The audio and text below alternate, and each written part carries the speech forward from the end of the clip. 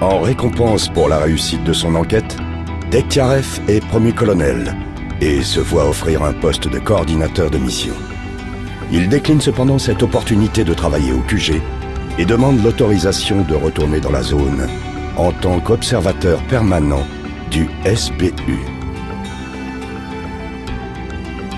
Les informations sur le développement d'appareils Psy, obtenues par Dekhtiarev, sont considérées comme trop dangereuses par ses supérieurs du SBU. Et les dossiers concernant les laboratoires X sont retirés des archives militaires et classés top secret. Les personnels de la zone reçoivent l'ordre d'étouffer l'affaire, coûte que coûte.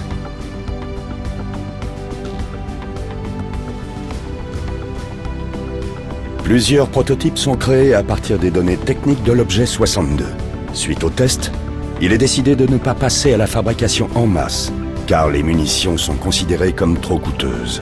Cependant, il semble probable que le perfectionnement de la technologie de Gauss se poursuit.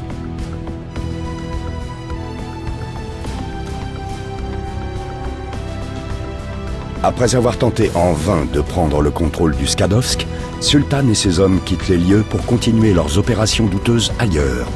Le calme relatif qui s'instaure alors dans la zone voit une augmentation massive du nombre d'artefacts vendus aux barbus.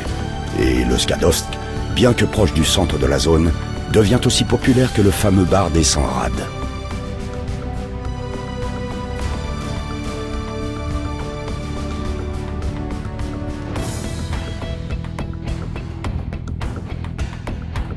La destruction du nid des sangsues assure à jamais l'avenir et la stabilité du Skadovsk.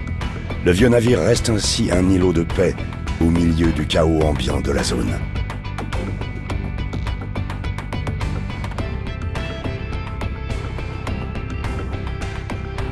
Un fragile équilibre s'instaure entre le devoir et la liberté dans la gare de Yanov. Épuisés par des combats incessants, les hommes des deux factions commencent à déserter leurs unités pour rejoindre les rangs des Stalkers indépendants. L'expédition scientifique menée par les professeurs Hermann et Ozerski est un succès retentissant. Les données récupérées permettent la création de médicaments et de technologies révolutionnaires qui incitent le ministère de l'Éducation à augmenter le budget consacré à la recherche dans la zone. Les histoires de Gary sur les difficultés de l'armée dans Pripyat encouragent les Stalkers à explorer la ville fantôme. Malgré les attaques constantes des forces du monolithe, ils parviennent à prendre le contrôle de l'ancien camp militaire, d'où ils lancent des raids au cœur de la ville. Leurs progrès sont lents, mais constants.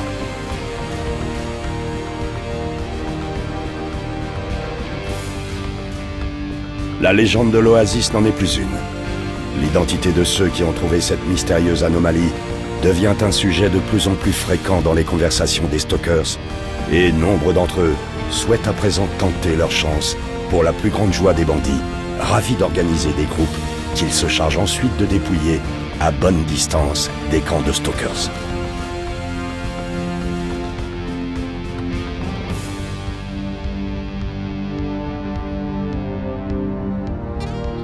Les groupes de mercenaires maintiennent une présence constante dans la zone, et leur intérêt pour les laboratoires X devient de plus en plus difficile à dissimuler aux observateurs du SBU. Toutes les tentatives pour identifier leurs commanditaires restent cependant vaines. Les alentours de Yanov continuent d'attirer de plus en plus de Stalkers. L'absence de mutants dangereux et l'abondance d'anomalies permettent à la gare de gagner rapidement le surnom de « cache au trésor ».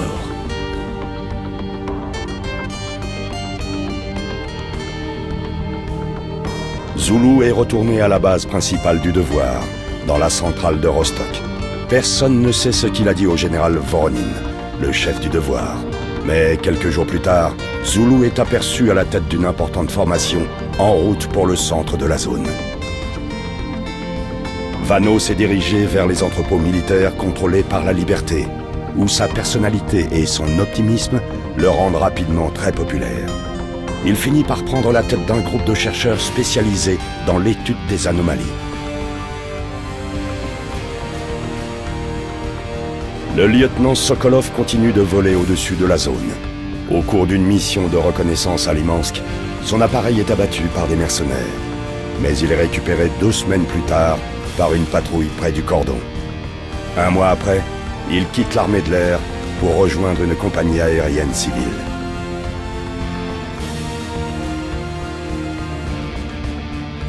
Lors d'une émission particulièrement forte, un groupe de stalkers est obligé de se réfugier chez Noah. Lorsque la barge est ensuite attaquée par des snorks, les stalkers sont forcés de reconnaître que celle-ci constitue une formidable forteresse contre les mutants, même si le plus étonnant reste la portée de pseudo-chiots que Noah lui-même mène au combat contre les snorks.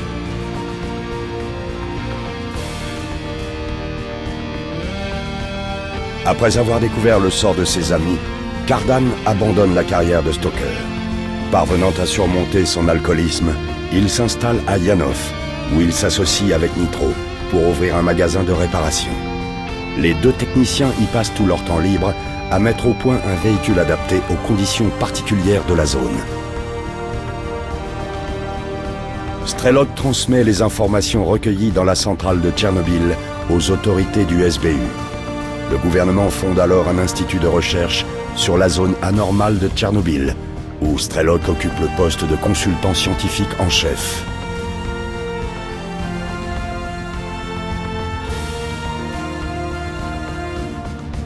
Lorsque le colonel Kowalski, commandant du groupe Stingray, revient de la zone, il est obligé de s'expliquer sur les raisons de l'échec de l'opération Fairway.